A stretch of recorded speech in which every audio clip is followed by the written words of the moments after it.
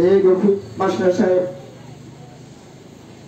1994 সালে এই বাস্কিতা উচ্চ বিদ্যালয়ে শিক্ষক হিসেবে যোগদান করেন। তার 2 বছর পর আমি 1996 সালে বাস্কিতা উচ্চ বিদ্যালয়ে প্রধান শিক্ষক হিসেবে যোগদান করি। তখনও এই রফিক সাহেব সরকারি বেতন পান নাই। আমি যোগদান করার পর রফিক সাহেব সহ আরো 5 জনের আমরা সরকারি বেতন অন্তর্ভুক্ত হই 1997 সালে মার্চ মাসে। সম্মানিত সুধীবৃন্দ, আমার সাথে একান্তভাবে রফিক মাস্টার সাহেব কাজ করেছে এবং সে যে দায়িত্ব পালন করেছে তার দায়িত্বটা ছিল একটু ব্যতিক্রম। উনি শরীরচর্চার শিক্ষক হিসেবে বিভিন্ন কার্যক্রমে অংশগ্রহণ করেছে, জেলায় অংশগ্রহণ করেছে।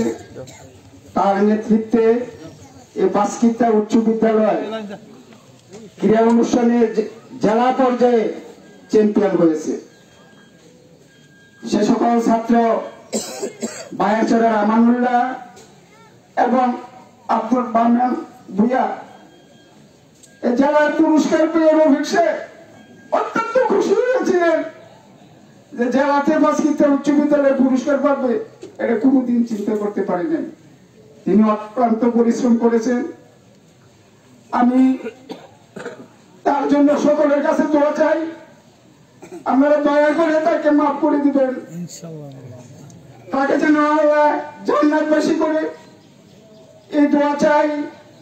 উপস্থিত সকলের কাছে আমিও ব্যক্তিগতভাবে দোয়া চাই। যারা উপস্থিত হয়েছেন, আমি আপনাদের কাছে দোয়া প্রার্থী। আমি এই রফিক মাস্টারের জন্য দোয়া চাই। আরেকটা অনুরোধ রাখবো, যারা ওনার নিকটতম আত্মীয় রয়েছেন, গতকাল রাত্রে আমি ইউনু স্যারের সাথে কথা বলেছি। ইউনু এখন সভাপতি।